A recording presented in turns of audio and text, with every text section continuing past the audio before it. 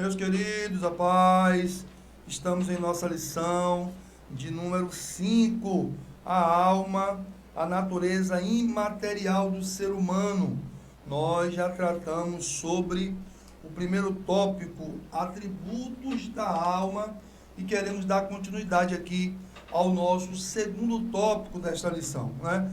E o segundo tópico traz como tema a natureza da alma, imaterialidade e imortalidade. Veja que nesse segundo tópico, Franklin, ela vai trazer aqui à tona, né, o texto áureo, né, que é o capítulo 10, versículo 28 de Mateus, né, Sim. que fala sobre matar o corpo e não ter condições de matar a alma, né? Diz aqui inicialmente o texto de Mateus 10, 28 é um excelente fundamento para o estudo da alma como parte da natureza imaterial do ser humano, né?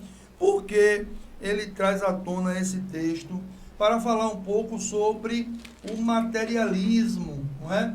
E também sobre o aniquilacionismo, tá?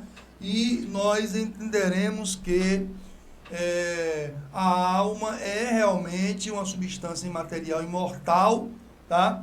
E que o materialismo quer negar essa verdade. Veja que mais à frente aqui nós temos o primeiro subtópico que vai falar sobre a distinção de substância, o segundo subtópico é a imaterialidade e a responsabilidade pessoal.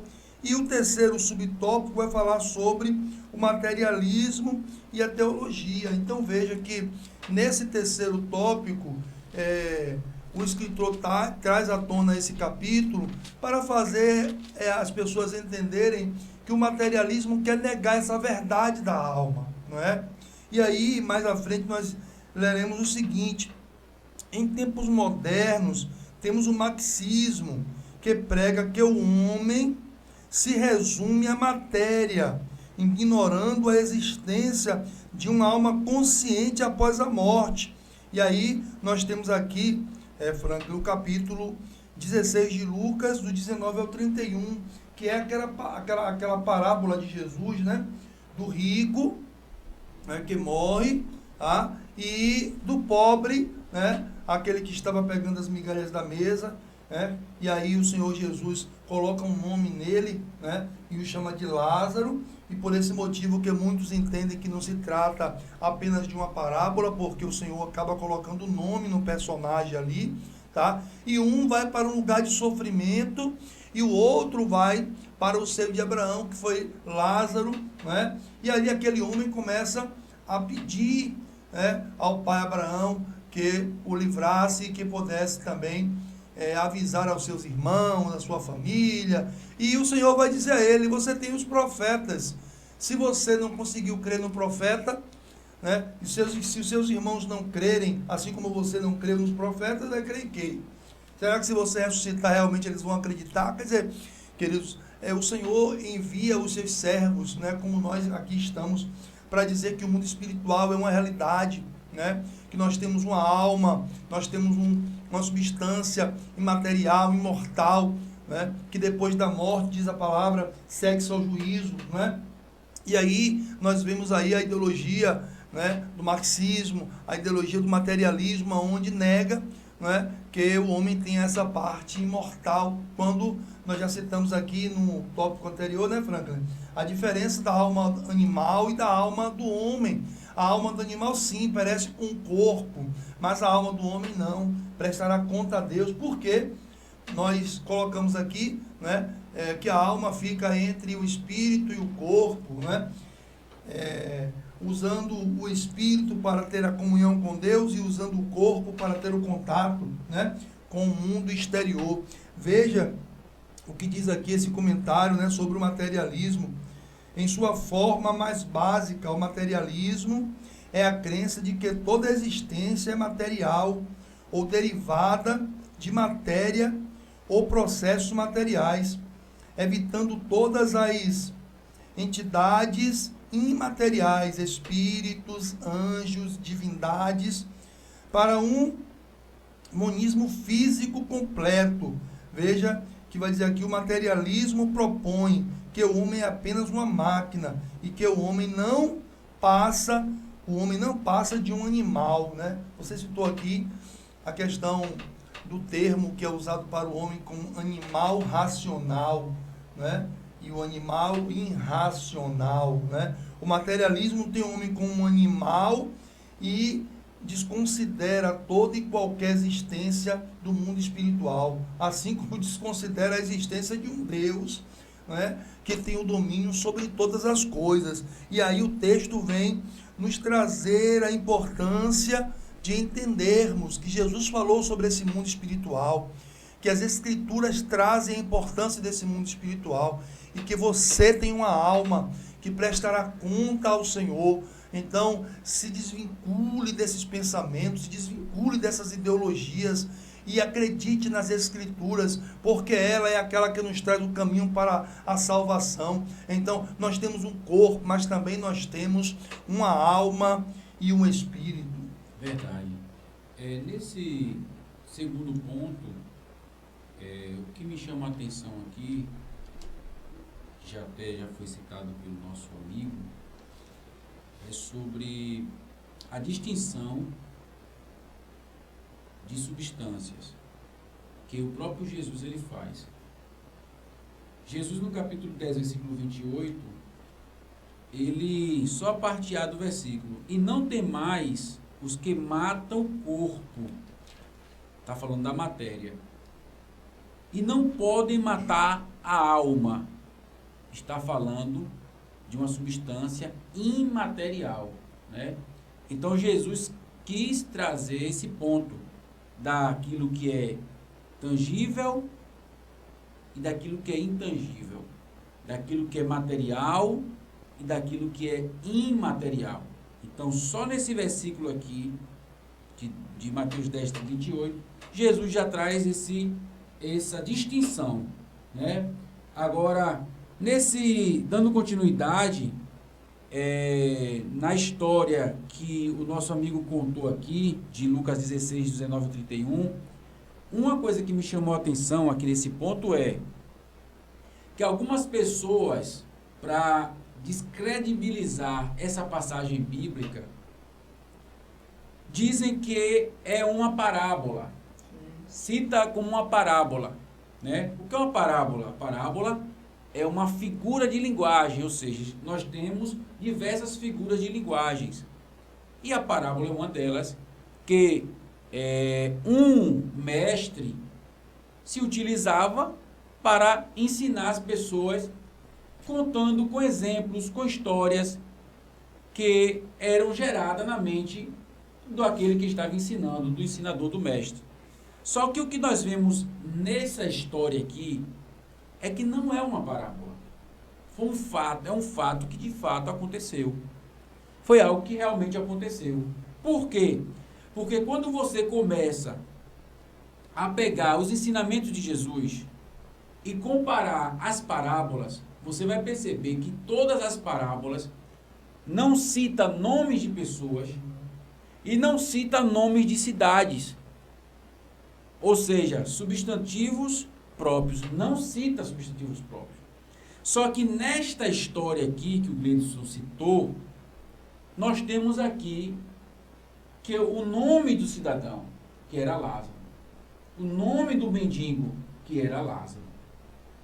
Você pode observar que ele morreu, e a Bíblia está citando o nome dele, ou seja, não é uma parábola, é uma história. E interessante também é que fala sobre a imaterialidade e a responsabilidade. Por que imaterialidade? Porque quando nós falamos da materialidade, nós estamos falando desta matéria aqui. Mas quando nós estamos, que é tangível, do que é mortal, mas quando a gente está falando da imaterialidade e da responsabilidade, nós estamos falando da alma, nós estamos falando da alma do ser humano. E o que foi que aconteceu? estava vivendo uma vida de sofrimento, o outro estava vivendo uma vida de riquezas, de prazeres, enfim. Não vamos entrar nesse detalhe. Mas o que me chama a atenção nessa história é que ambos tiveram uma responsabilidade pelas suas ações, pelas ações do corpo. Tanto Lázaro, o mendigo, como o rico.